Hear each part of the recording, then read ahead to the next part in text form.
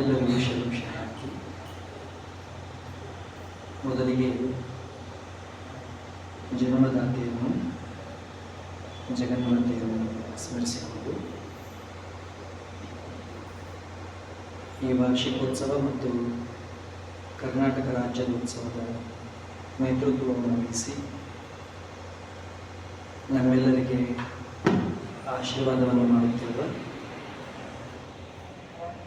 ಕೃಪಾನಿಧಿ ಪೂಜ್ಯಪಾದ ಶ್ರೀಮಂದಿರಂಜನ ಪ್ರಣವ ಸ್ವರೂಪ ಶ್ರೀ ಗುರುಸಿದ್ಧ ಮಹಾಸ್ವಾಮೀಜಿಯವರಿಗೆ ಶ್ರದ್ಧೆಯಿಂದ ಪ್ರಣಾಮಗಳನ್ನು ಸಮರ್ಪಣೆ ಮಾಡಿ,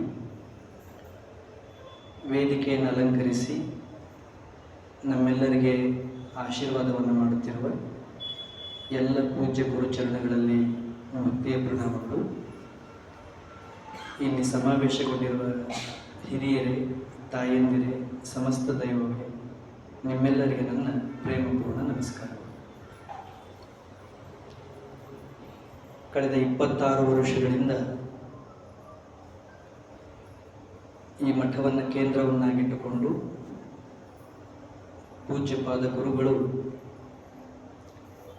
ನಿರಂತರವಾಗಿ ಸತ್ಸಂಗ, ಪ್ರವಚನ, ಚಿಂತನೆಗಳನ್ನು ನಡೆಸ್ತಾ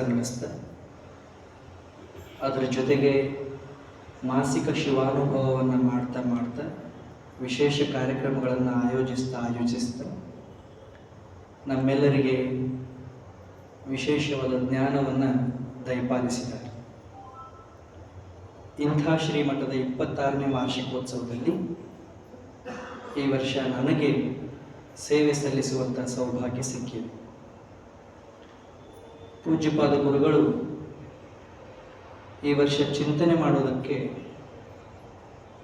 ಪ್ರಾರಂಭದಲ್ಲಿ ಹಿರಿಯರು ಉಲ್ಲೇಖ ಮಾಡಿದ ಹಾಗೆ ತುಂಬ ಮಹತ್ವದ ವಿಷಯವನ್ನು ಮತ್ತು ಇಂದಿನ ದಿನಮಾನದ ಅತ್ಯಂತ ಅವಶ್ಯಕ ವಿಷಯವನ್ನು ನಿರ್ದೇಶನ ಮಾಡಿದ್ದಾರೆ.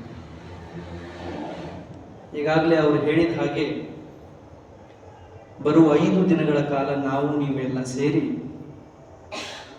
ಭವ್ಯ ಭಾರತ ದಿವ್ಯ ಪರಂಪರೆ ಅನ್ನುವ ವಿಷಯವನ್ನು ಕುರಿತು ಚಿಂತನೆ ಮಾಡೋದಿದೆ. ನಾನು ಇದನ್ನು ಯಾಕೆ ತುಂಬ ಅಗತ್ಯವಾದ ವಿಷಯ ಅಂತ ಹೇಳಿದೆ ಅಂದರೆ, ನಿಮಗೆಲ್ಲ ಗೊತ್ತಿದೆ, ಇತ್ತೀಚಿನ ದಿನಮಾನಗಳಲ್ಲಿ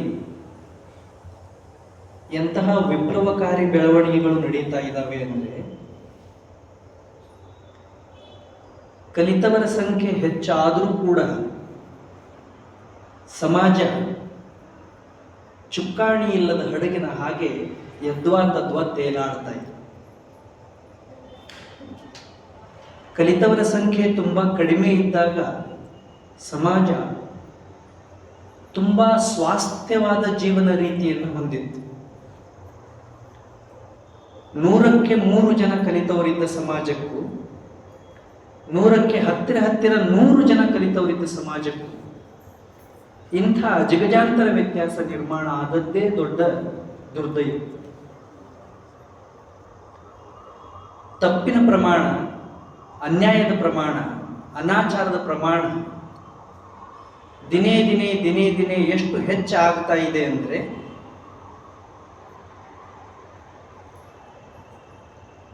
ನಾಗರಿಕ ಸಮಾಜಕ್ಕೆ ತಲೆ ಎತ್ತೋದಕ್ಕೆ ಅವಕಾಶವೇ ಇಲ್ಲವೇನೋ ಅನ್ನುವಷ್ಟರ ಮಟ್ಟಿಗೆ ನಿರಂತರವಾಗಿ ಹೆಚ್ಚಾಗ್ತದೆ. ಕಲಿತವರ ಸಂಖ್ಯೆ ಕಡಿಮೆ ಇದ್ದಾಗ ಶಾಂತ ಇದ್ದ ಸಮಾಜ, ಕಲಿತವರ ಸಂಖ್ಯೆ ಇದ್ದ ಮೇಲೆ ಹೆಚ್ಚು ಶಾಂತ ಆಗಬೇಕಿತ್ತು, ಹೆಚ್ಚು ಪ್ರಶಾಂತ ಆಗಬೇಕಿತ್ತು. ಕಲಿತವರ ಸಂಖ್ಯೆ ಕಡಿಮೆ ಇದ್ದಾಗ ಇದ್ದ ಹೊಂದಾಣಿಕೆ, ಕಲಿತವರ ಸಂಖ್ಯೆ ಹೆಚ್ಚಾದಾಗ ಎಲ್ಲಿ ಹೋಯಿತು? ಪ್ರೀತಿ ನೀತಿಗಳನ್ನೇ ಉಸಿರಾಗಿಸಿಕೊಂಡು ಬದುಕ್ತಾ ಇದ್ದಂಥ ಅನಕ್ಷರಸ್ಥರು ನಮ್ಮಂಥ ಅಕ್ಷರಸ್ಥರಿಗೆಲ್ಲ ಸವಾಲಾದ್ರೇನು? ಆದ್ದರಿಂದಲೇ ಹೀಗೆ ಚುಕ್ಕಾಣಿ ಇಲ್ಲದ ಹಡಗಿನ ಹಾಗೆ ಯದ್ವಾ ತದ್ವಾ ತೇಲ್ತಾ ಇರೋ ಸಮಾಜಕ್ಕೆ ಸ್ವಲ್ಪ ಇತಿಹಾಸವನ್ನು, ಸ್ವಲ್ಪ ಪರಂಪರೆಯನ್ನು, ಸ್ವಲ್ಪ ಸಂಸ್ಕೃತಿಯನ್ನು, ಸ್ವಲ್ಪ ಧರ್ಮದ ಹಿನ್ನೆಲೆಯನ್ನು, ಸಂಸ್ಕೃತಿ ಮತ್ತು ಇತಿಹಾಸಗಳ ಹಿರಿಮೆ ಮತ್ತು ಗರಿಮೆಗಳನ್ನು ಪದೇ ಪರಿಚಯ ಮಾಡೋದ್ರಿಂದ ಮಾಡುವ ತಪ್ಪಿನ ಪ್ರಮಾಣವಾದರೂ ಕಡಿಮೆ ಆದೀತು ಅನ್ನೋ ಉದ್ದೇಶ ಪೂಜ್ಯ ಗುರುಗಳದಿರಬಹುದು ಅಂತ ನಾನು ಭಾವಿಸ್ತೇನೆ. ಅಭಿಮಾನದಿಂದ ಒಂದು 2-3 ಮಾತು ಬಂತು ಇಲ್ಲಿ, ಕರ್ನಾಟಕ ರಾಜ್ಯೋತ್ಸವ ಅಂತ.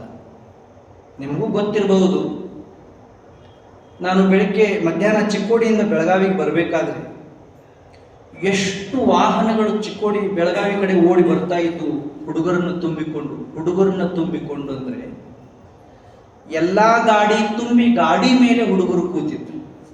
ಆದ್ರೆ ಒಳಗಡೆ ಹೊರಗಡೆ ಮೇಲ್ಗಡೆ ಇರೋ ಯಾವ ಹುಡುಗರು ಸುಮ್ಮನೆ ಕೂತಿರ್ಲಿಲ್ಲ, ಕುಣಿತಿದ್ರು. ಕುಣಿಯೋದಕ್ಕೆ ನಂದೇನು ಆಕ್ಷೇಪ ಇಲ್ಲ, ಆದರೆ ಆ ಕುಣಿತ ವಿಕೃತವಾದ್ರೆ ಸಂಸ್ಕೃತಿ ಅಸ್ಮಿತೆ ಉಳಿತದೇನು? ಅಕ್ಷರಶಃ ನಾನು ಮಠದಲ್ಲಿ ಪೂಜ್ಯಪಾದರ ಸಮೀಪ ಕೂತು ಹೇಳ್ತಾ ಇದ್ದೇನೆ, 4-5 ವಾಹನಗಳು ರಸ್ತೆಯ ಪಕ್ಕದಲ್ಲಿ ಕೂತು ಮದ್ಯಪಾನ ಮಾಡೋದನ್ನು ನಾನೇ ನೋಡಿ ಬಂದಿದ್ದೆ. ಯಾವುದನ್ನು ನಾವು ಸಾಂಸ್ಕೃತಿಕ ಅಸ್ಮಿತೆಯನ್ನು ಉಳಿಸುವ ಹೋರಾಟ ಅಂತ ಭಾವಿಸ್ತೇವೋ ಅದು ಸಾಂಸ್ಕೃತಿಕ ವಿಪ್ಲವಕ್ಕೆ ದಾರಿಯಾದರೆ ಸಮಾಜದ ರಕ್ಷಣೆ ಯಾರ ಹೊಣೆ? ಸಮಾಜವನ್ನ, ಸಂಸ್ಕೃತಿಯನ್ನ, ಇತಿಹಾಸವನ್ನ, ಪರಂಪರೆಯನ್ನ, ನಮ್ಮ ಹಿನ್ನೆಲೆಯನ್ನ, ನಮ್ಮ ಗತವನ್ನ, ನಮ್ಮ ಗತವೈಭವಗಳನ್ನ ಮೆಲುಕು ಹಾಕೋದು, ತಿಳ್ಕೊಳ್ಳೋದು, ಚಾಚೂ ತಪ್ಪದೆ ಪರಿಪಾಲನೆ ಮಾಡೋದು ನಮ್ಮ ಕರ್ತವ್ಯ ಅಲ್ಲಿ. ಈ ಹಿನ್ನೆಲೆಯೊಳಗಡೆ ಈ ಭವ್ಯ ಭಾರತ, ದಿವ್ಯ ಪರಂಪರೆ ನಮ್ಮೆಲ್ಲರ ಆತ್ಮವನ್ನು ಉದ್ದೀಪನಗೊಳಿಸಲಿ ಅನ್ನೋ ಉದ್ದೇಶವನ್ನು ಇಟ್ಕೊಂಡು ಪೂಜ್ಯಪಾದ ಗುರುಗಳು ಈ 5 ದಿನ ಸೇವೆ ಸಲ್ಲಿಸೋದಕ್ಕೆ ಆ ವಿಷಯವನ್ನು ನನಗೆ ಆದೇಶ ಮಾಡಿದ್ದಾರೆ. ಬನ್ನಿ, ಈಗ ನಾವೆಲ್ಲ ಸೇರಿ ಭವ್ಯ ಭಾರತ ಅಂದ್ರೆ ಏನು, ದಿವ್ಯ ಪರಂಪರೆ ಅಂದ್ರೆ ಏನು, ಅದರ ಒಳ ಮತ್ತು ಹೊರ ಮಜಲುಗಳ ವಿಶೇಷತೆ ಏನು, ಅದರ ಗಹನತೆ ಏನು, ಅದನ್ನು ಅರಿಯುವ ನಮ್ಮ ಜಿಮ್ಮೆದಾರಿ ಎಂಥದ್ದು ಅನ್ನುವುದರ ಬಗ್ಗೆ ಪೀಠಿಕಾ ರೂಪದಲ್ಲಿ 4-6 ವಿಷಯಗಳನ್ನು ಚಿಂತನೆ ಮಾಡಿ. 2 ಪದಪುಂಜಗಳ ಮಿಶ್ರಣ ಇದು, ಭವ್ಯ ಭಾರತ, ದಿವ್ಯ ಪರಂಪರೆ. ಮೊದಲನೇ ಪದಪುಂಜದಲ್ಲಿ 2 ಶಬ್ದಗಳಿವೆ, ಭವ್ಯ ಭಾರತ. ಭವ್ಯ ಅಂದ್ರೆ ಶಬ್ದಶಃ ಅರ್ಥ ಶ್ರೇಷ್ಠ, ದೊಡ್ಡ, ಉನ್ನತ, ಆಕರ್ಷಕ, ಮಂಗಳಕರ ಅಂತ ಅರ್ಥ ಆಗ್ತದೆ. ಅಂದ್ರೆ ಶ್ರೇಷ್ಠತೆಯನ್ನು ಪ್ರತಿಪಾದಿಸುವಂತಹ, ವೈಭವಯುತವಾದಂತಹ, ಗೌರವವನ್ನು ಸೂಚಿಸುವಂತಹ ಎಲ್ಲಾ ಸಂಗತಿಗಳಿಗೆ ಭವ್ಯ ಅಂತ ಕರೀತಾರೆ. 2ನೇ ಶಬ್ದ ಭಾರತ. ಈ ಇಡೀ ವಿಷಯದಲ್ಲಿ ಅತ್ಯಂತ ಸರಳ ಪದ ಕೇಳೋದಕ್ಕೆ ಭಾರತ, ಆದರೆ ವಿಶ್ಲೇಷಣೆ ಮಾಡೋದಕ್ಕೆ ತುಂಬಾ ಜಟಿಲವಾದ ವಸ್ತು ಅಂದ್ರೆ ಭಾರತ. ನನ್ನ ಭವ್ಯ ಭಾರತ ಅಂತ ಒಂದು ಗ್ರಂಥ ಇದೆ, ಓಶೋ ಅವರು ರಚನೆ ಮಾಡಿರುವುದು. ಸ್ವರ್ಗೀಯ ಗತವೈಭವದ ತುಣುಕುಗಳು ಅಂತ ಅದಕ್ಕೊಂದು ಟ್ಯಾಗ್ಲೈನ್ ಕೊಟ್ಟಿದ್ದಾರೆ. ಆ ಪುಸ್ತಕದಲ್ಲಿ ಭಾರತ ಅಂದ್ರೆ ಏನು ಅನ್ನೋದ್ರ ಬಗ್ಗೆ ಅವರು ವಿಶ್ಲೇಷಣೆಯನ್ನು ಬರೀತಾ ಹೋಗ್ತಾರೆ. ಅವ್ರು ಹೇಳ್ತಾರೆ, ಇದು ತುಂಬಾ ಕಷ್ಟದ ಕೆಲಸ. ನಾನು ಇಷ್ಟು ವರ್ಷಗಳ ಕಾಲ ಮಾಡಿರುವಂಥ ಉದ್ಬೋಧನೆಗೂ ಈಗ ಮಾಡ್ತಾ ಇರುವಂಥ ಉದ್ಬೋಧನೆಗೂ ಬಹಳ ವ್ಯತ್ಯಾಸ ಇದೆ. ನಾನು ಬೇರೆ ಬೇರೆ ವಿಷಯಗಳು ಬಂದಾಗ ತುಂಬಾ ಸರಳವಾಗಿ ಮಾತನಾಡಿಬಿಟ್ಟೆ, ಎಲ್ಲವನ್ನೂ ನಿಮ್ಮ ಮುಂದೆ ಹೇಳಿಬಿಟ್ಟೆ. ಆದರೆ ಭಾರತ ಅನ್ನೋ ವಿಷಯ ಬಂದಾಗ ನನ್ನ ಆತ್ಮ ನನ್ನನ್ನು 1000 ಸಾರಿ 1,00,000 ಸಾರಿ ಪ್ರಶ್ನಿಸ್ತದೆ, ಏನಂತ ಹೇಳಿ ಅಂತ ಹೇಳ್ತಾರೆ. ಅವರಂತಾರೆ ಆ ಪುಸ್ತಕದಲ್ಲಿ, ಭಾರತದಲ್ಲಿ ಯಾರಾದರೂ 1 ವಾರಗಳ ಕಾಲ ವಾಸ ಮಾಡಿದರೆ ಒಂದು ದೊಡ್ಡ ಗ್ರಂಥವನ್ನು ರಚನೆ ಮಾಡಿಬಿಡಬಲ್ಲರು. ಇದೇ ಭಾರತದಲ್ಲಿ ಯಾರಾದರೂ 1 ತಿಂಗಳುಗಳ ಕಾಲ ವಾಸ ಮಾಡಿದರೆ, 1 ತಿಂಗಳು ವಾಸ ಮಾಡಿದರೆ ಒಂದು ದೀರ್ಘ ಲೇಖನವನ್ನೇ ಬರೆದು ಬಿಡಬಲ್ಲರು. 1 ವರುಷಗಳ ಕಾಲ ಇಲ್ಲಿ ವಾಸ ಮಾಡಿದರೆ ತುಂಬಾ ಅರ್ಥಪೂರ್ಣವಾದ 4-5 ಪದಪುಂಜಗಳನ್ನು ರಚಿಸಬಲ್ಲರು. ಆದರೆ ಇಲ್ಲಿಯೇ ಖಾಯಂ ಆಗಿ ವಾಸಿಸುವವರಿಗೆ ಭಾರತ ಎಂದರೇನು ಎಂದು ಹೇಳಲು ಸಾಧ್ಯವೇ ಇಲ್ಲ, ಸಾಧ್ಯವಾಗದು ಅಂತ ಹೇಳ್ತಾರೆ. ಈಗ ನೀವೇ 4 ಜನ ಕೂತು ಭಾರತ ಅಂದ್ರೆ ಏನು ಅಂತ ಕೇಳಿದ್ರೆ ಏನು ಹೇಳ್ಬಹುದು? ಭಾರತ ಅಂದ್ರೆ ಒಂದು ದೇಶ ಅಂತ ಹೇಳ್ಬಹುದು, ಭಾರತ ಅಂದ್ರೆ ಒಂದು ಭೂಭಾಗ ಅಂತ ಹೇಳ್ಬಹುದು, ಭಾರತ ಅಂದ್ರೆ 5-10 ವರ್ಷಗಳ ಕಾಲ ಸುದೀರ್ಘವಾದ ಲಿಖಿತ ಇತಿಹಾಸ ಇರುವಂತಹ ದೇಶ ಅಂತ ಹೇಳ್ಬಹುದು. ಅದಕ್ಕೂ ಮೀರಿ 1.5 ಲಕ್ಷ ವರ್ಷಗಳ ಕಾಲ ಲಿಖಿತ ಇತಿಹಾಸ ಅಂತಾನೆ ಹೇಳ್ಬಹುದು. ಏನಾದ್ರೂ ನಾವು ಭಾರತದ ಬಗ್ಗೆ ಹೇಳಬಹುದು, ಆದ್ರೆ ಅದನ್ನೆಲ್ಲ ಮೀರಿದ ಭಾರತ ಇನ್ನೂ ಒಳಗಡೆ ಇರುತ್ತೆ ಅನ್ನೋ ವಿವೇಚನೆ ನಮಗೆ ಬರೋದು ಕಷ್ಟ ಆಗುತ್ತೆ. ಆದ್ದರಿಂದ ಭಾರತ ಅಂದ್ರೆ ಏನು ಅನ್ನೋದಕ್ಕೆ ಒಬ್ಬ ಕವಿ ರಚನೆ ಮಾಡಿದ ಪದ್ಯದ 4 ಸಾಲುಗಳನ್ನು ಉಲ್ಲೇಖ ಮಾಡಿ ಮುಂದೆ ಹೋಗೋಣ. ಕವಿ ಹೇಳ್ತಾನೆ, ಭಾರತ ನಮ್ಮೆಲ್ಲರ ತಾಯಿ, ಕೋಟಿ ಕೋಟಿ ದೇವತೆಗಳ ಹೆತ್ತೊಡಲು, ಹಿಮಾಲಯ ಕಿರೀಟ, ಕಾಶ್ಮೀರ ಲಲಾಟ, ಆಕಾಶದ ಮೋಡಗಳೇ ಮುಂಗುರುಳುಗಳು, ದಿಲ್ಲಿ ಹೃದಯ, ಬರ್ಮಾ ಬಲೂಚಿಸ್ತಾನಗಳು ಭುಜಗಳು, ಗಂಗೆ ಯಮುನೆಯರೇ ಮಾಂಗಲ್ಯ, ನಾಗಪುರ ನಾಭಿ, ವಿಂಧ್ಯ ಪರ್ವತ ಸೊಂಟ, ಪಶ್ಚಿಮ ಘಟ್ಟಗಳು ಚಿನ್ನದ ಡಾವು. ಕಾಶ್ಮೀರ ಭಾರತ, ಕನ್ಯಾಕುಮಾರಿ ಭಾರತ ಮಾತೆಯ ಶ್ರೀಚರಣ, ಸಮುದ್ರ ರಾಜ ಪಾದ ತೊಳೆಯುತ್ತಾನೆ, ವಾಯುಪುತ್ರ ಚಾಮರ ಬೀಸ್ತಾನೆ, ಸೂರ್ಯ ಚಂದ್ರರಿಬ್ಬರು ಆಚಾಂದ್ರಕವಾಗಿ ಭಾರತ ಮಾತೆಗೆ ಆರತಿಯನ್ನು ಎತ್ತುತ್ತಾರೆ ಅಂತ ಕವಿ ಬರೀತಾರೆ. ಭಾರತ ಅಂದ್ರೆ ಏನು ಅನ್ನೋದಕ್ಕೆ ಅಮೆರಿಕದ ತುಂಬಾ ಪ್ರಸಿದ್ಧ ಕಥನಕಾರ ತನ್ನ ಕಥೆಗಳಿಂದ, ತನ್ನ ಬರಹಗಳಿಂದ ಜಗತ್ತಿನ ಚಿಂತನಾ ದೃಷ್ಟಿಯನ್ನೇ ಬದಲಿಸಿದಂತಹ ವ್ಯಕ್ತಿ ಮಾರ್ಕ್ ಟ್ವೇನ್ ಬಹಳ ಸುಂದರವಾದ ಒಂದು ಮಾತು ಬರೀತಾರೆ. ಅವರಂತಾರೆ, ಮಾನವ ಜನಾಂಗದ ತೊಟ್ಟಿಲು ಭರತ ಭೂಮಿ. ಸಾಕು, ಇದು ಒಂದೇ ಸಾಲು ಸಾಕು. ನಾವೆಲ್ಲರೂ ನಮ್ಮ ದೇಶವನ್ನು ಪ್ರೀತಿಸೋದಕ್ಕೆ, ಅಭಿಮಾನದಿಂದ ಭಾರತೀಯರು ಅಂತ ಹೇಳಿಕೊಳ್ಳೋದಕ್ಕೆ, ಭಾರತವನ್ನ ಕೊನೆಯವರೆಗೂ ಜೋಪಾನವಾಗಿ ಹೃದಯದಲ್ಲಿ ಇಟ್ಟುಕೊಳ್ಳೋದಕ್ಕೆ ನಮಗೆ ಪ್ರೇರಣೆಯನ್ನು ಕೊಡೋದಕ್ಕೆ. ಮಾರ್ಕ್ ಟ್ವೇನ್ ಅವ್ರು ಹೇಳ್ತಾರೆ, ಮಾನವ ಜನಾಂಗದ ತೊಟ್ಟಿಲು ಭಾರತ ಭೂಮಿ, ಭಾರತ ಮಾನವ ಭಾಷೆಯ ಹುಟ್ಟೂರು. ಏನ್ ಪದ ಇದೆ! ಚರಿತ್ರೆಯ ತಾಯಿ,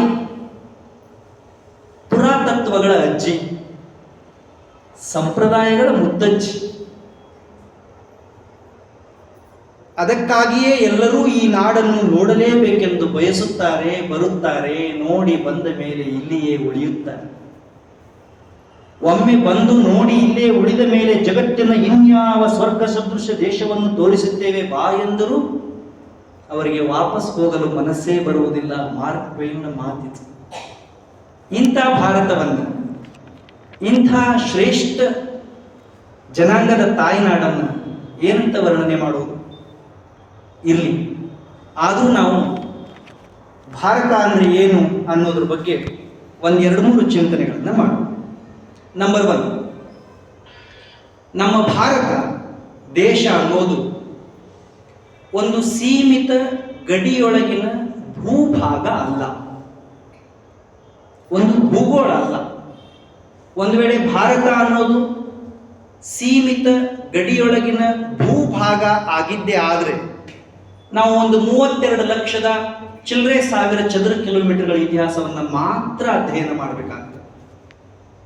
ಆದರೆ ಭಾರತ ಅನ್ನೋದು ಈ ಗಡಿಗಳ ಆಚೆ ಎಷ್ಟೋ ಲಕ್ಷ ಚದುರ ಕಿಲೋಮೀಟರ್ ದೂರದವರೆಗೆ ತನ್ನ ಕಬಂಧ ಬಾಹುಗಳನ್ನ ಸಾವಿರಾರು ವರ್ಷಗಳಿಂದಲೂ ನಿರಂತರವಾಗಿ ಚಾಚಿ ಹಬ್ಬಿದೆ. Actual beauty belongs to India is that. ನಮಗೆ ಭಾರತ ಎಲ್ಲಿ ಕಾಣಿಸ್ತದೆ? ಉತ್ತರದಲ್ಲಿ ಹಿಮಾಲಯ, ದಕ್ಷಿಣದಲ್ಲಿ ಕನ್ಯಾಕುಮಾರಿ, ಪೂರ್ವದಲ್ಲಿ ಬಂಗಾಳ, ಪಶ್ಚಿಮದಲ್ಲಿ ಗುಜರಾತ್.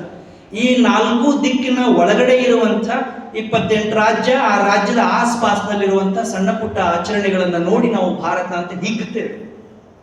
ಆದರೆ ಇದ್ರ 1000 ಪಟ್ಟು, ಲಕ್ಷ ಪಟ್ಟು, ಕೋಟಿ ಪಟ್ಟು ಭಾರತ ಹೊರಗಡೆ ಏನೇನೋ ಅದ್ಭುತವಾದ ಕಾರ್ಯಗಳನ್ನು ಮಾಡಿದೆ. ಆದ್ದರಿಂದ ಭಾರತ ಅಂದ್ರೆ ಕೇವಲ ಭೂಗೋಳ ಅಲ್ಲ, ಗಡಿಯೊಳಗಿನ ಸೀಮೆಯೊಳಗಿನ ಭೂಭಾಗ ಅಲ್ಲ, ಅದು ಗಡಿಯಾಚೆಗಿನ ಕಲಾತ್ಮಕ ಕುರುಹುಗಳಿಂದ, ಸಾಂಸ್ಕೃತಿಕ ದಿಗ್ವಿಜಯಗಳಿಂದ, ಧಾರ್ಮಿಕ ಅಸ್ಮಿತೆಗಳಿಂದ ಒಂದು ಕಾಲಕ್ಕೆ ಜಗತ್ತನ್ನ ಎತ್ತಿ ಹಿಡಿದ ಚಿಜ್ಯೋತಿ ದೀಪ ಭಾರತ. ನಾನು ಈ ಮಾತು ಹೇಳಿದ್ರೆ ನಿಮಗೇನು ಆಶ್ಚರ್ಯ ಅನ್ನಿಸ್ಬಾರ್ದು. ಯಾಕೆ ಅಂದ್ರೆ ಹೆಚ್ಚು ಕಡಿಮೆ ಜಗತ್ತಿನ ಸರಿಸುಮಾರು 290 ರಾಷ್ಟ್ರಗಳಲ್ಲಿ, ಹೆಚ್ಚು ಕಡಿಮೆ 190 ರಾಷ್ಟ್ರಗಳಲ್ಲಿ 5000 ವರ್ಷಗಳ ಭಾರತದ ಇತಿಹಾಸದ ಕುರುಹುಗಳನ್ನು ನಾವು ಕಾಣ್ತೇವೆ. ಅಲ್ಲಿ ಉಲ್ಲೇಖಗಳಿದ್ದಾವೆ. ಭಾರತ ಜಗತ್ತಿನ ಮೇಲೆ ಏನೇನು ಪ್ರಭಾವ ಬೀರಿತ್ತು, ಎಷ್ಟು ಅನಿವಾರ್ಯ ಆಗಿತ್ತು ಅನ್ನೋದಕ್ಕೆ ಇವತ್ತಿನ ಇತಿಹಾಸ, ಇವತ್ತಿನ ವಿಜ್ಞಾನ, ಇವತ್ತಿನ ತಂತ್ರಜ್ಞಾನ ಅದನ್ನು ನಮ್ಮ ಮುಂದೆ ಸಾದರಪಡಿಸ್ತಾ ಇದೆ. ಆದ್ದರಿಂದಲೇ ಭಾರತ ಅನ್ನೋದು ಗಡಿಯಾಚೆಗಿನ ಒಂದು ಅಸ್ಮಿತೆ, ಗಡಿಯೊಳಗಿನ ಅಸ್ಮಿತೆ ಮಾತ್ರವಲ್ಲ. ನೀವು ಬೇಕಾದ್ರೆ ನೋಡಿ, ಪಕ್ಕದ ನೇಪಾಳ, ಪಕ್ಕದ ಟಿಬೆಟ್, ಉತ್ತರದಲ್ಲಿರೋ ಚೀನಾ, ದಕ್ಷಿಣದಲ್ಲಿರೋ ಶ್ರೀಲಂಕಾ, ಬಾಂಗ್ಲಾ, ಪಾಕಿಸ್ತಾನ ಮಾತಾಡೋ ಹಂಗೆಲ್ಲ 75 ವರ್ಷದಿಂದ ನಾವು ಬೇರೆ ಆಗಿದ್ದೀವಿ ಬಿಟ್ರೆ, ದೂರದ ಅಮೇರಿಕಾ, ಪೆರು, ಮೆಕ್ಸಿಕೋ, ಕಾಂಬೋಡಿಯಾ, ನೀವು ಯಾವುದೇ ದೇಶಕ್ಕೆ ಹೋದರೂ ಆ ದೇಶದ ವರ್ತಮಾನದ ಅಸ್ಮಿತೆಯಲ್ಲಿ ಭಾರತದ ಪ್ರಾಚೀನ ಕೊಡುಗೆಗಳು ಇರೋದನ್ನು ನಾವು ಕಾಣ್ತೇವೆ. ಆದ್ದರಿಂದ ಭಾರತ ಅನ್ನೋದು ಕೇವಲ ಗಡಿಯೊಳಗಿನ ಭೂಭಾಗ, ಭೂಗೋಳ ಅಲ್ಲ. ಎರಡನೇದು, ಭಾರತ ಅಂದರೆ ಹಿಂದೆ ಹೀಗೆ ನಡೆದಿತ್ತು ಅನ್ನುವ ಇತಿಹಾಸ ಅಲ್ಲ. It is not merely history to study. ನಾವು ಶಾಲಾ ಕಾಲೇಜಿನಲ್ಲಿ, ವಿಶ್ವವಿದ್ಯಾನಿಲಯಗಳಲ್ಲಿ ಅಧ್ಯಯನ ಮಾಡೋ ಕಾಲಕ್ಕೆ ಭಾರತದ ಪರಿಚಯ ಅಂತ ಬರೆದು 100, 120, 200, 220 ಪುಟದ ಒಂದು ಪಠ್ಯ ಪುಸ್ತಕವನ್ನು 1-2 ವರ್ಷಗಳ ಕಾಲ ಮಕ್ಕಳಿಗೆ ಅಧ್ಯಯನ ಮಾಡಿಸಿ ಇದು ಭಾರತದ ಇತಿಹಾಸ ಅಂತ ಹೇಳ್ತೇವೆ. ಅದರಲ್ಲೂ ಹೆಚ್ಚು ಕಡಿಮೆ ರಾಜಕೀಯ ಇತಿಹಾಸವನ್ನೇ ಅಧ್ಯಯನಕ್ಕಾಗಿ ಇಡಲಾಗಿದೆ. ಇಲ್ಲಿ ಹಿರಿಯರಿದ್ದಾರೆ, ನೀವೆಲ್ಲ ತಿಳಿದವರಿದ್ದೀರಿ, ನಿಮಗೆ ಗೊತ್ತಿದೆ. ಒಂದು ರಾಜಮನೆತನದ ಇತಿಹಾಸ ಅಂತ ಆರಂಭ ಮಾಡಿದರೆ 3/4 ಭಾಗ ಆ ರಾಜನ ಪರಾಕ್ರಮಗಳನ್ನೇ ನಾವು ಓದ್ತೇವೆ ವಿನಃ ಆ ರಾಜಮನೆತನದ ಸಾಂಸ್ಕೃತಿಕ ಇತಿಹಾಸದ ಮಗ್ಗುಲುಗಳನ್ನು ಕೂಡ ನಾವು ಸ್ಪರ್ಶ ಮಾಡೋದಿಲ್ಲ. ಒಂದು ಕಾಲಘಟ್ಟ ಅಂತ ಬಂದ್ರೆ ಆ ಕಾಲಘಟ್ಟದಲ್ಲಿ ಸಮಾಜಕ್ಕೆ ಬೆಳಕು ನೀಡಿದಂತಹ ಒಬ್ಬ ವಿಭೂತಿ ಪುರುಷನ ಬದುಕನ್ನು ಅಧ್ಯಯನ ಮಾಡ್ತೇವೆ ವಿನಃ ಆ ವಿಭೂತಿ ಪುರುಷ ಬೀರಿದ ಪ್ರಭಾವ ಏನು ಅನ್ನೋದನ್ನು ನೋಡೋ ಪ್ರಯತ್ನವನ್ನು ನಾವು ಮಾಡೋದು. ನನಗೆ ಭಾರತ ಅಂದರೆ ಏನು ಅನ್ನೋದಕ್ಕೆ ನಡೆದ ಒಂದು ಘಟನೆಯನ್ನು ಉಲ್ಲೇಖ ಮಾಡಬೇಕು. ಒಮ್ಮೆ ಇತಿಹಾಸ ಅಂತ ಹೇಳಿದ್ನಲ್ಲ, ಅದಕ್ಕೆ ಇದನ್ನು ಹೇಳ್ತಾ ಇದ್ದೀನಿ. ಇದನ್ನು ನಾವು ಶಾಲಾ ಕಾಲೇಜುಗಳಲ್ಲಿ ಅಧ್ಯಯನ ಮಾಡೋದಿಲ್ಲ, ಕುತೂಹಲಕ್ಕಾದರೂ ನೋಡೋದಿಲ್ಲ. ಚೀನಿ ದೇಶದ ಒಬ್ಬ ವ್ಯಕ್ತಿಗೆ ಭಾರತವನ್ನು ನೋಡಬೇಕು ಅಂತ ಅಪೇಕ್ಷೆ ಆಗ್ತದೆ. ಯಾಕೆ ಅಂದರೆ ಆತ ತನ್ನ ದೇಶಕ್ಕೆ 1ನೇ ಶತಮಾನದ ನಂತರ ಬಂದ ಬೌದ್ಧ ಧರ್ಮದ ಬಗ್ಗೆ ತಿಳ್ಕೊಂಡಿರ್ತಾನೆ. ಅದನ್ನ ಕೇಳಿ ಓದಿ ಬೇರೆಯವರ ಕಡೆಯಿಂದ ತಿಳ್ಕೊಂಡ ಮೇಲೆ ಆತನ ಕುತೂಹಲ ಹೆಚ್ಚಾಗ್ತದೆ.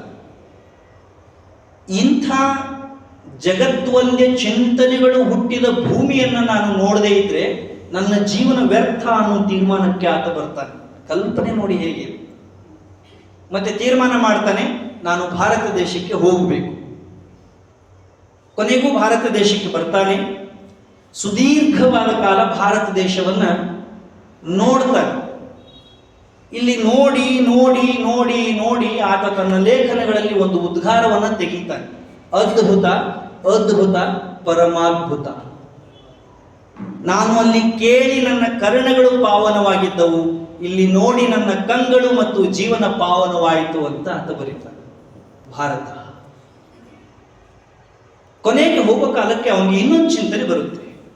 ಏನು ಚಿಂತನೆ ಅಂದರೆ, ನಾನು ಭಾರತದ ನ್ಯಾಯಾಂಗ ವ್ಯವಸ್ಥೆಯ ಬಗ್ಗೆ ತಿಳ್ಕೋಬೇಕು, ಇಲ್ಲಿ ನ್ಯಾಯ ಪದ್ಧತಿ ಹೇಗಿದೆ ಅದನ್ನು ತಿಳ್ಕೋಬೇಕು ಅಂತ ವಿಚಾರ ಮಾಡಿ ಬಿಹಾರ ರಾಜ್ಯಕ್ಕೆ ಹೋಗ್ತಾನೆ.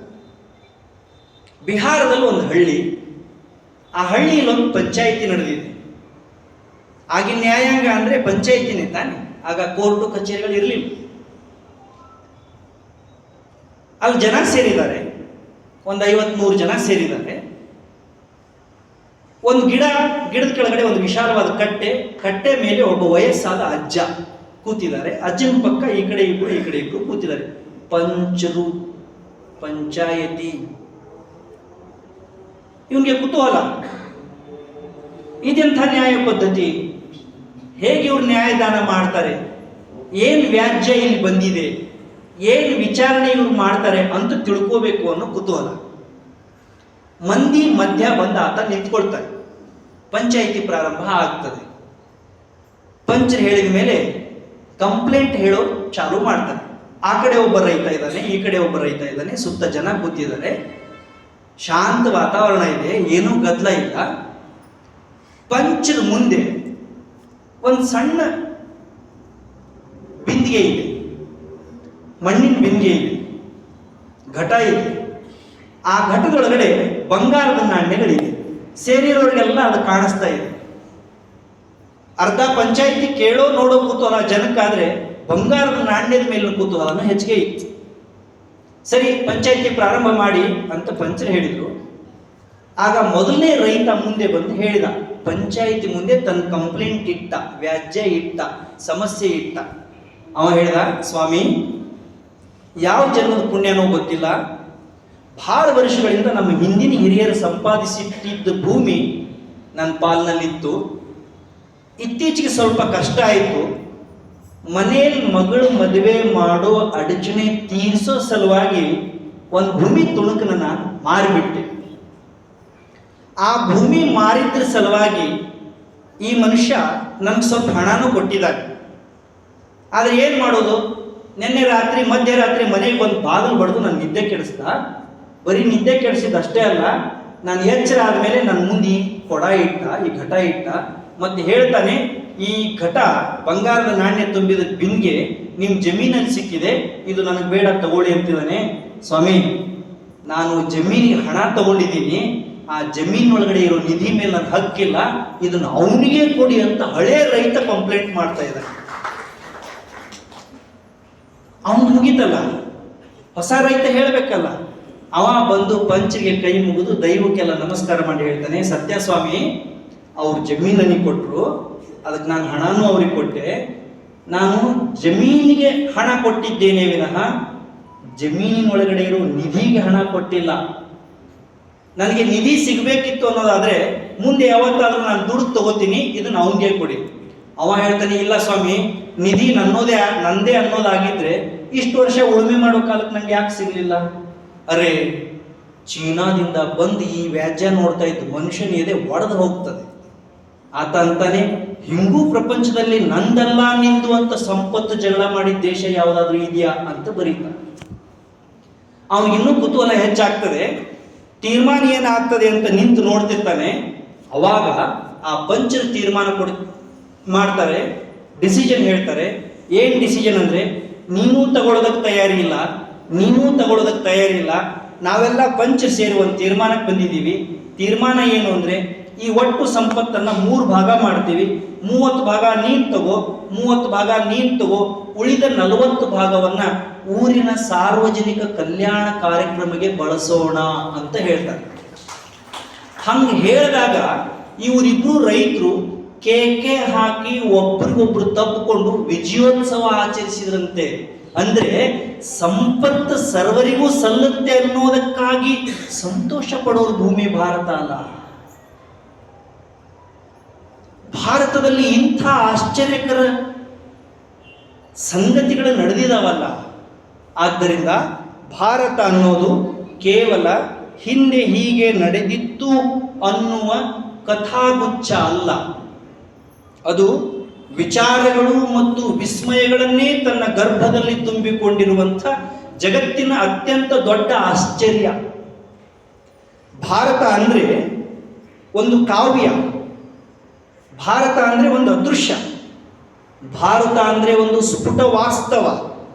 ಬೇರಾವ ದೇಶವೂ ಹೇಳಿಕೊಳ್ಳಲಾಗದ, ಶಬ್ದ ಸರಿ ಕೇಳಿಸ್ಕೊಳ್ಳಿ, ಬೇರಾವ ದೇಶವೂ ಹೇಳಿಕೊಳ್ಳಲಾಗದ ಶಕ್ತಿ ಸ್ಥಳಗಳಿಂದ, ತೀರ್ಥಗಳಿಂದ ಕೂಡಿರುವಂಥ ವಿಸ್ಮಯ. ವಿಸ್ಮಯ ವಿಸ್ಮಯ ನಾನೊಂದು ಪದ ಬಳಸಿದ್ನಲ್ಲ, ತೀರ್ಥ. ತೀರ್ಥ ನಮ್ಮ ದೇಶದಲ್ಲಿ ಹಿಂದಿನ ಹಿರಿಯರು 3 ರೀತಿಯ ತೀರ್ಥಗಳನ್ನು ಕಲ್ಪಿಸಿದ್ದಾರೆ. ನಮ್ಮ ಭಾರತ ಯಾಕೆ ಶ್ರೇಷ್ಠ, ಭಾರತೀಯರಾದ ನಾವು ಯಾಕೆ ಭಾಗ್ಯವಂತರು ಅನ್ನೋದಕ್ಕೆ ನಾನೀಗ ಇದನ್ನ ನಿಮ್ಮ ಮುಂದೆ ಇಡ್ತಾ ಇದ್ದೆ. ಏನೇನು ಆ 3 ತೀರ್ಥಗಳು ಅಂದರೆ, 1 ಜಂಗಮ ತೀರ್ಥ, 2 ಮಾನಸ ತೀರ್ಥ, 3 ಸ್ಥಾವರ ತೀರ್ಥ. ದ ಹೋಲ್ ಇಂಡಿಯನ್ ಹಿಸ್ಟ್ರಿ, ಇಡೀ ಭಾರತದ ಇತಿಹಾಸ ಇದಕ್ಕಾಗಿ ಅಭಿಮಾನ ಪಡಬೇಕು. 2 ಮಾತಿಲ್ಲ, ಭಾರತ ದೇಶದಲ್ಲಿ ತುಂಬಾ ದೊಡ್ಡ ದೊಡ್ಡ ಪರಾಕ್ರಮಿ ರಾಜ ಮಹಾರಾಜರು ಬಂದಿದ್ರು. ಭಾರತದ ರಾಜ ಮಹಾರಾಜರು ಅದೆಂಥ ತ್ಯಾಗ ಬಲಿದಾನ ಮಾಡಿದ್ದಾರೆ ಅಂದರೆ ಅದಕ್ಕೆರಡು ಮಾತಿಲ್ಲ. ಆದರೆ ಅಂಥ ದೊಡ್ಡ ದೊಡ್ಡ ರಾಜ ಮಹಾರಾಜರಿಗಿಂತಲೂ ದೊಡ್ಡಸ್ತಿಕೆ ಭಾರತದ ಯಾವುದು ಅಂದರೆ ಜಂಗಮ, ಮಾನಸ ಮತ್ತು ಸ್ಥಾವರ ತೀರ್ಥಗಳನ್ನು ಸರಿಸುಮಾರು 10,000 ವರ್ಷಗಳಿಂದ ಜಗತ್ತಿಗಾಗಿ ಕೊಟ್ಟಿತ್ತು. 10,000 ವರ್ಷ. ಏನು ಹಂಗಂದ್ರೆ ತೀರ್ಥ, ಜಂಗಮ ತೀರ್ಥ ಅಂದ್ರೆ ಬ್ರಹ್ಮಜ್ಞಾನಿಯನ್ನ ಜಂಗಮ ತೀರ್ಥ ಅಂತ ಕರೀತಾರೆ. ಬ್ರಹ್ಮಜ್ಞಾನಿ ಅಂದ್ರೆ ಯಾರು? ಆತ್ಮತೃಷೆಯನ್ನ ಇಂಗಿಸಿಕೊಳ್ಳುವುದಕ್ಕಾಗಿ, ಸಮಾಜಕ್ಕೆ ಚೈತನ್ಯವನ್ನು ತುಂಬುವುದಕ್ಕಾಗಿ ಬದುಕನ್ನು ಮೀಸಲಿಟ್ಟ ಜಂಗಮ. ಇಲ್ಲಿ ಕೂತಿದ್ದಾರೆ ನೋಡಿ ವೇದಿಕೆ ಮೇಲೆ 5 ಜನ. ಭಾರತದ ತೀರ್ಥ, ಇಂಥ ಎಷ್ಟು ತೀರ್ಥ ಇದೆ ಗೊತ್ತಾ ಭಾರತ ದೇಶದಲ್ಲಿ? ನಾವು ತೀರ್ಥ ಅಂದ್ರೆ ದೇವಸ್ಥಾನದಲ್ಲಿ ಕೈ ಮೇಲೆ ಹಾಕೋ ನೀರು ಮಾತ್ರ ಅಂತ ತಿಳ್ಕೊಂಡಿದ್ದೀವಿ. ಅಲ್ಲ, ಬ್ರಹ್ಮಜ್ಞಾನಿಗಳು ಆತ್ಮ ಕಲ್ಯಾಣ ಮತ್ತು ಲೋಕ ಕಲ್ಯಾಣವನ್ನೇ ಉಸಿರಾಗಿಸಿಕೊಂಡು ಸಮಾಜದ ಅಂತಃಸತ್ವಕ್ಕೆ ಚೈತನ್ಯ ತುಂಬುವುದಕ್ಕಾಗಿ ನಿತ್ಯ ನಿರಂತರ ಬದುಕನ್ನು ಸವೆಸುವಂಥ ಯೋಗಿಗಳಿಗೆ, ಜ್ಞಾನಿಗಳಿಗೆ, ವಿರಾಗಿಗಳಿಗೆ ಜಂಗಮ ತೀರ್ಥ ಅಂತ ಕರೀತಾರೆ. ಅವರೇ ಋಷಿಗಳು, ಅವರೇ ಸಂತರು, ಅವರೇ ಶರಣರು, ಅವರೇ ಜ್ಞಾನಿಗಳು, ಅವರೇ ಆತ್ಮಜ್ಞಾನಿಗಳು, ತತ್ವಜ್ಞಾನಿಗಳು. ಎಷ್ಟು ಜನ ಇಂಥವ್ರು ಇದ್ರು ಗೊತ್ತಾ ಭಾರತ ದೇಶದಲ್ಲಿ? ಎಷ್ಟು ಜನ ಈಗ ಇದ್ದಾರೆ ಗೊತ್ತಾ? ನಾನು ಈಗಿಂದು ಸೆನ್ಸಸ್ ಒಂದು ಸ್ಟ್ಯಾಟಿಸ್ಟಿಕ್ಸ್ ಹೇಳ್ತೇನೆ ನಿಮ್ಮ ಹತ್ರ. ಸದ್ಯ ಭಾರತ ದೇಶದಲ್ಲಿ 12.5 ಇಂದ 13 ಕೋಟಿ ಸನ್ಯಾಸಿಗಳಿದ್ದಾರೆ, ಎಲ್ಲ ಪಂಥ ಪಂಗಡಗಳಿಂದ ಸೇರಿ. ಅಂದ್ರೆ 12.5 ಇಂದ 13 ಕೋಟಿ ಅಂದ್ರೆ ಹತ್ರ 13.25 ಕೋಟಿ ಜನ. ಅರೆ 13.25 ಕೋಟಿ ಜನ ಅಥವಾ 13.25 ಕೋಟಿ ಜನ ಹಗಲು ರಾತ್ರಿ, ಮಳೆಗಾಲ, ಚಳಿಗಾಲ, ಬೇಸಿಗೆ ಕಾಲ ನಿತ್ಯ ನಿರಂತರವಾಗಿ ಆತ್ಮ ಕಲ್ಯಾಣ ಮತ್ತು ಲೋಕ ಕಲ್ಯಾಣಕ್ಕಾಗಿ ಬದುಕ್ತಾ ಇದ್ದಾರೆ ಅಂದ್ರೆ ಭಾರತಕ್ಕಿಂತ ಭವ್ಯವಾದ ತೀರ್ಥ ಜಗತ್ತಿನಲ್ಲಿ ಯಾವ್ದು ಇರೋದಕ್ಕೆ ಸಾಧ್ಯ ಇದೆ ಹೇಳಿ? ಇನ್ನು ಯಾವ ನಿರ್ಮಾಣ ಆಗೋದಕ್ಕೆ ಸಾಧ್ಯ ಇದೆ ಹೇಳಿ? ಎಂದೂ ಸಾಧ್ಯ ಇಲ್ಲ. ಮೊದಲನೇ ತೀರ್ಥ ಇದೆ ಜಂಗಮ ತೀರ್ಥ.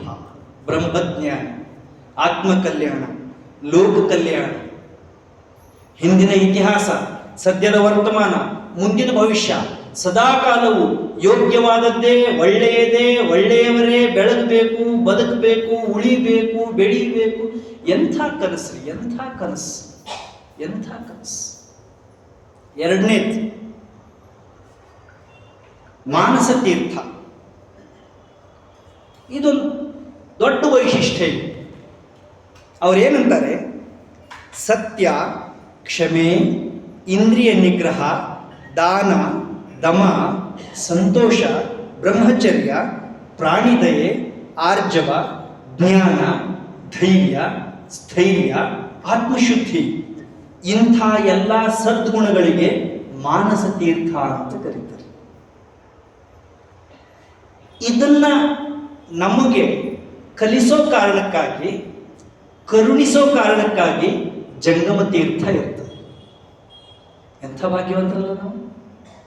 ನಮ್ಮ ಪಾಲಿನಲ್ಲಿ, ನಮ್ಮ ಬದುಕಿನಲ್ಲಿ ಒಬ್ಬ ಜಂಗಮ ತೀರ್ಥರು ಇಷ್ಟು ಮಾನಸ ತೀರ್ಥಗಳನ್ನು ನಮ್ಮ ಬದುಕಿಗೆ ಎರೆದು ಬಿಟ್ರೆ ನಾವು ಎಷ್ಟು ಎತ್ತರಕ್ಕೆ ಬೆಳಿಬಹುದು ಅನ್ನೋದಕ್ಕೆ ಭಾರತದ ಇತಿಹಾಸದಲ್ಲಿ ಅಸಂಖ್ಯಾತ ಉದಾಹರಣೆಗಳನ್ನು ನಾವು ನೋಡಬಹುದು. ಉರಿಯುವ ಒಲೆಯ ಒಳಗಡೆ ಕರಿಯ ಇದ್ದಿಲು ಹಾಕಿದ ಹಾಗ ಬೆಂಕಿಯ ಸ್ಪರ್ಶದಿಂದ ಕಪ್ಪು ಇದ್ದಿಲು ಕೂಡ ಜ್ವಾಲೆಯಾಗಿ ಹೇಗೆ ಪರಿವರ್ತನೆ ಹೊಂದದೋ ಹಾಗೆ ಒಬ್ಬ ಜಂಗಮ ತೀರ್ಥ ಬದುಕಿನ ಎಲ್ಲ ಆಚರಣೆಗಳಲ್ಲಿ ಮಾನಸ ತೀರ್ಥಗಳನ್ನು ಪ್ರೇಮದಿಂದ ದಾರೆ ಏರಿದ ಪರಿಣಾಮವೇ ಭಾರತದ ಪರಂಪರೆ ರೂಪುಗೊಂಡಂತೆ. ಮೂರನೇದು ಸ್ಥಾವರ ತೀರ್ಥ. ಸ್ಥಾವರ ತೀರ್ಥ ಅಂದರೆ ಪೃಥ್ವಿಯಲ್ಲಿರುವಂಥ ಅರಣ್ಯ, ಪರ್ವತ, ನದಿ, ಜಲಾಶಯ, ಸ್ಮಾರಕಗಳು. ಅವು ಒಂದು ತೀರ್ಥಕ್ಷೇತ್ರಗಳೇ. ಅವು ಕೂಡ ನಮಗೆ ಪ್ರೇರಣೆಯನ್ನು ನೀಡ್ತವೆ, ಪ್ರೇರೇಪಣೆಯನ್ನು ಕೊಡ್ತವೆ. ಅವು ಮೂಕ ಸಾಕ್ಷಿಗಳಾಗಿ ಏನನ್ನೋ ನಮಗೆ ಹೇಳ್ತಾ ಇದ್ದಾವೆ. ಇಲ್ಲಿ ಹರಿತಾ ಇರುವ ನದಿಗಳು ಒಂದು ಕಥೆಯನ್ನು ನಮ್ಮ ಮುಂದೆ ತೆರೆದು ಇಡ್ತಾ ಇದ್ದಾರೆ. ಇಲ್ಲಿ ತಲೆ ಎತ್ತಿ ನಿಂತಿರುವ ಸ್ಮಾರಕಗಳು ನಮ್ಮನ್ನು ಬಡಿದು ಎಬ್ಬಿಸ್ತಾ ಇದ್ದಾವೆ.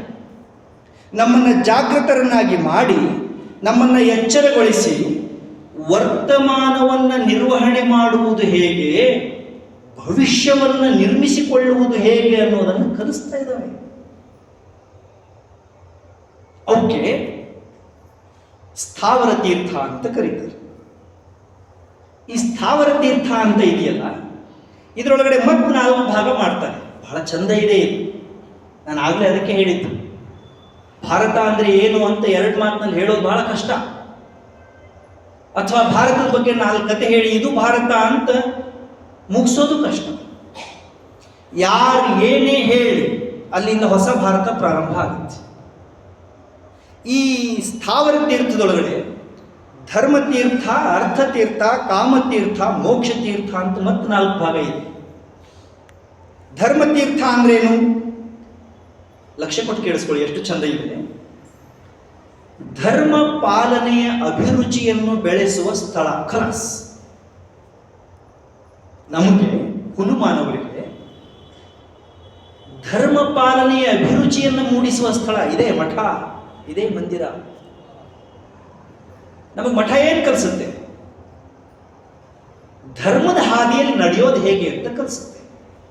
ಆದ್ದರಿಂದ ಮಠ ನಮಗೆ ತೀರ್ಥ, ಅದು ಧರ್ಮ ತೀರ್ಥ.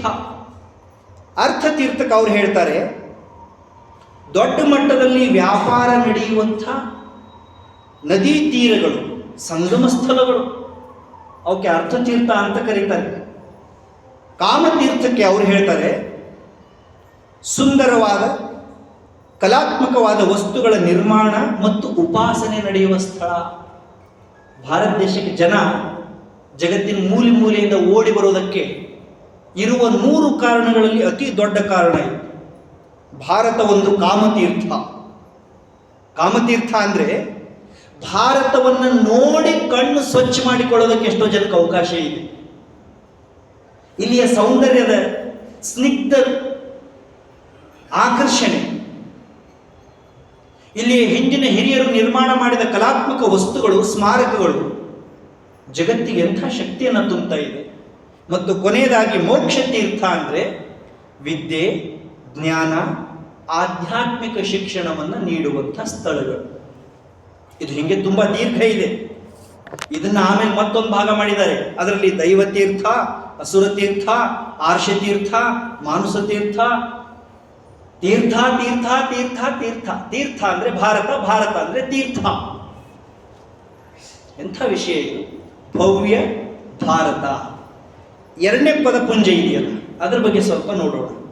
ದಿವ್ಯ ಪರಂಪರೆ. ಈ ದಿವ್ಯ ಅನ್ನೋ ಪದ ಇದೆಯಲ್ಲ, ಅದರ ಅರ್ಥ ದೈವಿಕವಾದುದು, ಶ್ರೇಷ್ಠವಾದುದು, ಸ್ವರ್ಗೀಯವಾದುದು, ಅದ್ಭುತವಾದುದು, ಆಕರ್ಷಣೀಯವಾದುದು ಮತ್ತು ಮಂಗಲಕಾರವಾದುದು. ದಿವ್ಯ. ದಿವ್ಯ ಅನುಭೂತಿ ಅಂತಾರಲ್ಲ, ದಿವ್ಯ ಅನುಭೂತಿ ಅಂದರೆ ಆತ್ಮತೃಪ್ತಿಯ ಅಂತಿಮ ಹಂತ. ಆಮೇಲೆ ನಮಗೆ ಸಂತೋಷ ಹುಡುಕುವ ಅವಶ್ಯಕತೆಯೇ ಇಲ್ಲ. ಅದಕ್ಕೆ ದಿವ್ಯ ಅಂತ ಕರೀತಾರೆ. ಪರಂಪರೆ ಮುಂದಿನ ಪದ. 3 ಪದ ಆಯಿತು ಈಗ. ಭವ್ಯ ಭಾರತ, ದಿವ್ಯ ಪರಂಪರೆ. ಇದು ಬಹಳ ಚಂದ ಇದೆ. ಪರಂಪರೆ. ಪರಂಪರೆ ಅಂದರೆ ನಾವು ನಾವು ನಾವು ಅಂದರೆ ನಾವು ಅಷ್ಟೇ. ನಾವು ನಮ್ಮ ಪೂರ್ವಜರಿಂದ ಪಡೆದಿರುವ ಭೌತಿಕ ಮತ್ತು ಅಮೂರ್ತ ಆಸ್ತಿಗಳ ಸಂಗ್ರಹ. ಎಷ್ಟು ಚಂದ ವ್ಯಾಖ್ಯಾನ ಮಾಡಿದ್ದಾರೆ ನೋಡಿ. ನಮ್ಮ ಹಿಂದಿನ ಹಿರಿಯರಿಂದ ನಾವು ಏನೇನು ಪಡ್ಕೊಂಡಿದ್ದೀವೋ ಎಲ್ಲ ನಮ್ಮ ಪರಂಪರೆ. ಅದರೊಳಗೆ 2 ಭಾಗ ಬರ್ತವೆ. ಒಂದು ಭೌತಿಕ ಪರಂಪರೆ, ಮತ್ತೊಂದು ಅಮೂರ್ತ ಪರಂಪರೆ. ಭೌತಿಕ ಪರಂಪರೆ ಅಂದರೆ ಏನು? ಸ್ಪಷ್ಟವಾಗಿ ಸ್ಪರ್ಶಿಸಬಹುದಾದ ವಸ್ತುಗಳನ್ನು ಒಳಗೊಂಡಿರುವಂಥದ್ದು. ಅಮೂರ್ತ ಪರಂಪರೆ ಅಂದ್ರೇನು? ಸ್ಪರ್ಶಿಸಲಾಗದ ವಿಷಯಗಳನ್ನು ಒಳಗೊಂಡಿರುವಂಥದ್ದು. ನಿಮ್ಗೆ ಸ್ವಲ್ಪ ವಿಷಯ ಹೊಸದು ಅನಿಸ್ತಾ ಇದೆಯಲ್ಲ? ಈ ಪರಂಪರೆ ಅನ್ನೋದು ಇದು ನಮ್ಮ ಆಸ್ತಿ, ಇದು ನಮ್ಮ ಆರ್ಜಿತ. ನಮ್ಮ ಹಿಂದಿನ ಹಿರಿಯರು ನಮಗೆ ಇದನ್ನು ಕರುಣಿಸಿದ್ದಾರೆ. ಈ ಪರಂಪರೆಯೊಳಗಡೆ ಅಂದರೆ ನಾನು ಈಗೇನು ಹೇಳಿದೆನೋ ಭೌತಿಕ ಮತ್ತು ಅಮೂರ್ತ ಪರಂಪರೆಗಳು, ನಮ್ಮ ಹಿಂದಿನ ಹಿರಿಯರು ಹಾಕಿಕೊಟ್ಟಿರುವ ನೈತಿಕ ಸಂಪ್ರದಾಯಗಳು, ಆಚರಣೆಗಳು, ಜ್ಞಾನ, ಕಲೆ, ಸಂಗೀತ, ಕಥೆ, ಭಾಷೆ, ಕಾವ್ಯ, ಒಂದೋ ಎರಡು, ಅದು ಕಲೆ, ಸಾಹಿತ್ಯ, ವಿಜ್ಞಾನ, ತತ್ವಜ್ಞಾನ, ತಂತ್ರಜ್ಞಾನ, ಆತ್ಮಜ್ಞಾನ, ಸಮಾಜಶಾಸ್ತ್ರ, ರಾಜ್ಯಶಾಸ್ತ್ರ, ಅರ್ಥಶಾಸ್ತ್ರ, ಭೂಗೋಳದಿಂದ ಖಗೋಳದವರೆಗೆ, ಗಣಿತದಿಂದ ವೇದಾಂತದವರೆಗೆ ಸಕಲ ಶಾಸ್ತ್ರಗಳಲ್ಲಿ, ಸಕಲ ಶಸ್ತ್ರಗಳಲ್ಲಿ ಪಾರಮ್ಯವನ್ನು ಮೆರೆದ ಜಗತ್ತಿನ ಏಕೈಕ ಭೂಭಾಗದ ಆಸ್ತಿ ನಮ್ಮ ಪರಂಪರೆ. ನೀವು ಯಾವುದೇ ಕ್ಷೇತ್ರಕ್ಕೆ ಹೋಗಿ, ಆ ಪ್ರತಿ ಕ್ಷೇತ್ರದಲ್ಲೂ ಕೂಡ ಚಿಕಿತ್ಸಕ ದೃಷ್ಟಿಯಿಂದ ಹುಡುಕಿದರೆ ಪ್ರತಿ ಕಾಲದಲ್ಲೂ ನಮ್ಮ ಹಿರಿಯರು ಹುಟ್ಟಿಸಿಟ್ಟಿರುವಂಥ ಹೊಸತನಗಳು ನಮಗೆ ಸಿಗ್ತವೆ. ಅಂತಹ ವಿಷಯ ಭವ್ಯ ಭಾರತ, ದಿವ್ಯ ಪರಂಪರೆ. ಇದ್ರ ಬಗ್ಗೆ ನಾವೀಗ 5 ದಿನ ನೋಡೋದಿದೆ. 5 ದಿನ ಅಂದರೆ 5 ಗಂಟೆ. 5,000 ವರ್ಷಗಳಿಂದಲೂ ಇತಿಹಾಸಕಾರರು ರಚನೆ ಮಾಡುವುದಕ್ಕೆ ಗೊಂದಲಕ್ಕೆ ಬೀಳ್ತಾ ಇರೋ ವಿಷಯವನ್ನ 5 ವರ್ಷಗಳಲ್ಲಿ ಆ ದೊಡ್ಡ ಸಿಂಧುವನ್ನ ಸಣ್ಣ ಬಿಂದುವಿನಲ್ಲಿ ನಿಮ್ಮ ಮುಂದೆ ಇಡೋದಕ್ಕೆ ಗುರುಗಳ ಆದೇಶ ಮಾಡಿದ್ದಾರೆ. ಒಂದು ಪುಟ್ಟ ವಿಷಯ ಹೇಳಿ ಇವತ್ತಿನ ಪೀಠಿಕಾ ಭಾಗಕ್ಕೆ ಅಂತ್ಯ ಹಾಡ್ತೀನಿ. ನಾನು ಆಗಲೇ ಹೇಳಿದ್ನಲ್ಲ ನಿಮಗೆ, ನಮ್ಮ ದೇಶದ ಇತಿಹಾಸ, ನಮ್ಮ ದೇಶದ ಪರಂಪರೆ ಅನ್ನೋದಕ್ಕೆ ಒಂದು ಸೀಮಿತವಾದ ಗಡಿ ಇಲ್ಲ. ಇದು ಗಡಿನ ದಾಟಿ ಸುಮಾರು 10,000 ವರ್ಷಗಳಿಂದಲೂ ಕೂಡ ದೂರ ದೂರ ಹರಡಿತ್ತು ಅನ್ನೋದಕ್ಕೆ ಒಂದು ಸಣ್ಣ ಉದಾಹರಣೆ. ಸಯಾಮ್ ಅಂತ ಒಂದು ದೇಶ ಇದೆ, ಕೇಳಿರ್ಬೇಕು ನೀವೆಲ್ಲ. ಸಯಾಮ್ ಕೇಳಿದ್ದೀರ? ಸಯಾಮ್ ಕೇಳಿದ್ದೀರ ಯಾರು? ಸಯಾಮ್ ಶಕ್ಯತೋ ಕೆಲವರು ಕೇಳಿರ್ಬೋದು. ಇನ್ನೊಂದು ದೇಶದ ಹೆಸರು ಹೇಳ್ತೀನಿ ನೋಡಿ, ಪಟ್ ಅಂತ ನಿಮಗೆ ಗೊತ್ತಾಗ್ಬಿಡುತ್ತೆ. ಥಾಯ್ಲೆಂಡ್ ಅಂತ ಒಂದು ದೇಶ ಇದೆ, ಕೇಳಿದ್ದೀರ? ಥಾಯ್ಲೆಂಡಿನ ಮೊದಲನೇ ಹೆಸರು, ಮೂಲ ಹೆಸರು ಸಯಾಮ್. ಆದರೆ ನಮಗೆ ಥಾಯ್ಲೆಂಡ್ ಗೊತ್ತಿದೆ, ಸಯಾಮ್ ಗೊತ್ತಿಲ್ಲ. ಯಾಕೆ ಅಂದರೆ ನಾವು ಭಾರತವನ್ನ ಭಾರತದ ಪರಂಪರೆಯ ಕನ್ನಡಕ್ಕೆ ಹಾಕೊಂಡು ನೋಡ್ತಾ ಇಲ್ಲ. We are not ready to know our history, our heritage, our culture. The most neglected area in education system is history and culture and heritage. ಶಿಕ್ಷಣ ಕ್ಷೇತ್ರದಲ್ಲಿ ತುಂಬಾ ತುಂಬಾ ಉಪೇಕ್ಷಿತ ಏರಿಯಾ ಅಂದರೆ ಇತಿಹಾಸ, ಪರಂಪರೆ. ನೀವು ಇತಿಹಾಸ ಪರಂಪರೆ ಬಗ್ಗೆ ಯಾರಾದರೂ ಹೇಳೋದಕ್ಕೆ ಚಾಲು ಮಾಡಿದರೆ ಬರೋ ಮೊದಲನೇ ಮಾತೇನು? ಪುರಾಣ ಚಾಲು ಆಯ್ತು ನೋಡುವಂತ. ಪುರಾಣ ಹೇಳಬೇಕಾಗಿರೋದೇ ಚರಿತ್ರೆದಪ್ಪ.